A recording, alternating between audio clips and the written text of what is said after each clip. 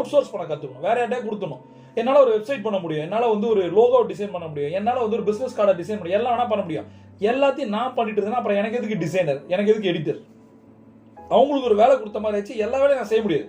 நான் ஒரு டிசைனர் கிடையாது, நான் ஒரு பிஸ்னஸ் மேன். அது என்னோட வேலையை பிரித்து கொடுத்து அவங்க ப்ரொஃபஷனல் என்னதான் நான் பண்ணாலும் அவங்களுக்கு பண்ண முடியுமா, அதுதான் அவங்க படிச்சிருக்காங்க, அவங்களோட எக்ஸ்பீரியன்ஸு. சரியான ஆளை தூக்கி நம்ம டீமுக்குள்ளே போடுங்க, ஜெயிச்சிருங்க. அடுத்த விஷயம், அவசியம் அத்தியாவசியம். இதை முதல்ல புரிஞ்சுக்க டிஃபரன்ஸை. எது தேவையில்லாத வேலையோ ஒரு டாப் 10 ஒர்க் அப்படியே வரிசையாக எழுதுங்க இந்த டு டூ லிஸ்ட்ல. எதெல்லாம் தேவையில்லாத விஷயம் பண்ணிருக்கீங்கன்னு பாருங்களேன். நான் சொல்றேன் பாருங்க, லைஃப்ல மைனஸை எடுத்துட்டு பிளஸ்ஸை ஃபோக்கஸ் பண்ணுங்க, அது பேர் தான் லைஃப். நிறைய மைனஸ் நம்மளோட கேரக்டர்ல இருக்கு, ஆட்டிடியூட்ல இருக்கு, செயல்கள் இருக்கு. இந்த மைனஸ் எல்லாம் முதல்ல எடுத்துரு, வைரஸ் எல்லாம் எடுத்துரு, பரவிடும். விரல் எடுக்கணும், அப்புறம் கால் எடுக்கணும், உயிர் போயிடும். முதல்ல அப்பயே கட் பண்ணி விடு. அதுக்கப்புறம் எது தேவையோ அதை ஃபோக்கஸ் பண்ணுங்க. அதுல வந்து ஒரு ப்ரொஃபஷனலா ஒரு பிஸ்டா மாறுங்க, ஜெயிச்சிருங்க. அடுத்தது